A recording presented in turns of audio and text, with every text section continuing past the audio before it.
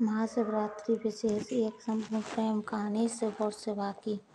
प्रेम शब्द में ढाई अक्षर होते हैं जो दो पूर्ण और एक अधूरे शब्द से बना है। कहा जाता है कि प्रेम शब्द ही अपूर्ण है, इसलिए हर किसी को यह पूर्ण रूप से नहीं मिलता। परंतु शिव जी और पार्वती जी को प्रेम कहानी अनेक कष्टों के पश्चात सही पर पूर्णता प्राप्त प्रेम का प्रमाण है। चाहे इस प्रेम को संपूर्ण होने में युग युगांतर लगे हों, इस प्रीत में पार्वती जी का कठोर तप तो शिव जी की सदियों की प्रतीक्षा समाहित है। इन दोनों जितने अद्भुत जीवन साथी आज तक कोई नहीं हुआ। तीनों लोकों के स्वामी होकर भी शिव जी के पास स्वयं की धरा न स्वयं का आकाश, बस प्रकृति की गोद में कैलाश पर्वत ही उनका निवास स्थान हुआ। और दूसरी ओर पार्वती जी हर जन्म में राजकुमारी या बड़े घर की कन्या हुई, फिर भी उन्होंने अपने जीवन में शिव जी से अधिक किसी की भी चाह कभी नहीं की। शिव जी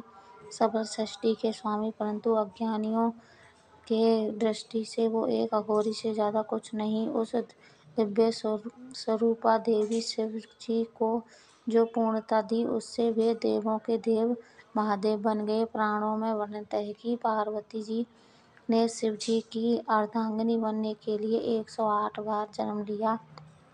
अंतिम 108वीं बार वे पार्वती जी बनी। पार्वती जी के स्वरूप से पहले उनका जन्म दक्ष प्रजापति की कन्या के रूप में हुआ।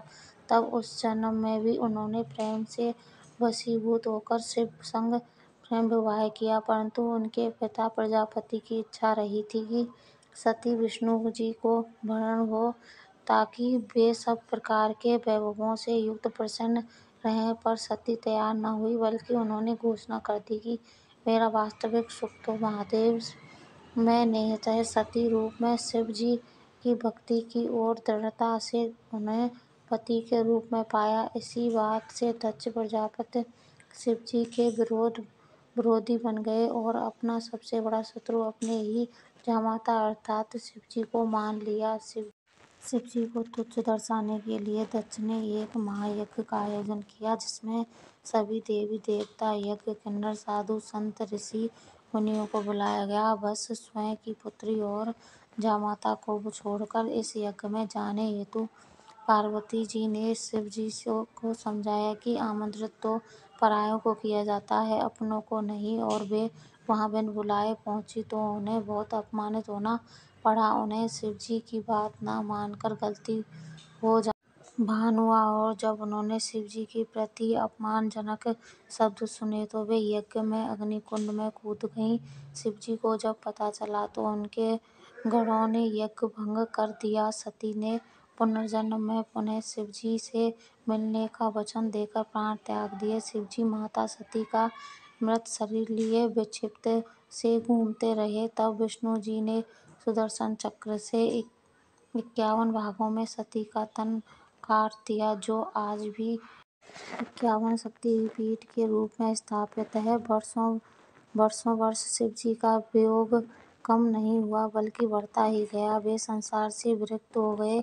इधर सती ने वादा निभाते हुए पर्वतराज हिमवान और रानी मैना के घर पुत्री के रूप में पुनर्जन्म लिया। पर्वतराज की पुत्री होने के कारण उन्हें पार्वती नाम मिला। नारद जी ने किशोरी पार्वती जी को जीवन साथी के रूप में शिव जी को पाने के लिए तपस्या का मार्ग बता दिया। तब पार्वती जी ने अपनी सखी को हृदय की बात बताई। उनकी सखी उन्हें घोर भयावह जंगल में लेकर गई, जहाँ पार्वती जी ने अन्न जल का परित्याग करके विभिन्न कठोर से कठोर तप सहस्त्रों वर्षों तक किए। तब जब शिव जी ने सप्त ऋषियों को पार्वती जी को समझाने के लिए स्वयं भी वटु वेश में समझाने पहुंचे थे, परंतु शिव जी भी पार्वती जी दृढ़ संकल्प के आगे हार स्वीकार कर ली और वे पार्वती जी के संग परिणय सूत्र में बंधने का वचन दे बैठे। इस वचन को शिव जी ने फाल्गुन मास कृष्ण पक्ष की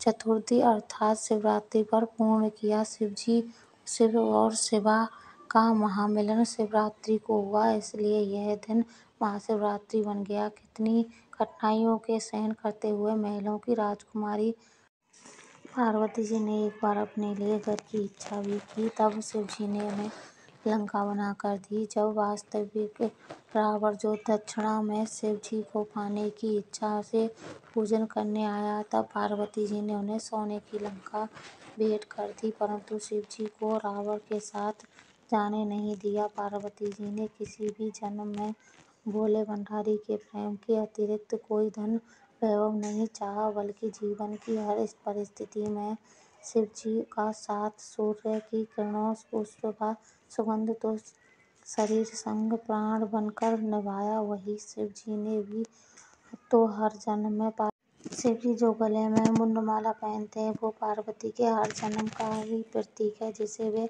हृदय से लगाए रखते हैं। वास्तव में पार्वती जी अनेकों कठिनाइयों सही, शिव जी ने भी अथाह वियोग सहा, जिसे सभी कुछ सरलता से प्राप्त हो जाए, उनका जीवन कभी पूजनीय नहीं बनता। अतः दोनों ने संपूर्ण प्रेम की परिभाषा गढ़ दी।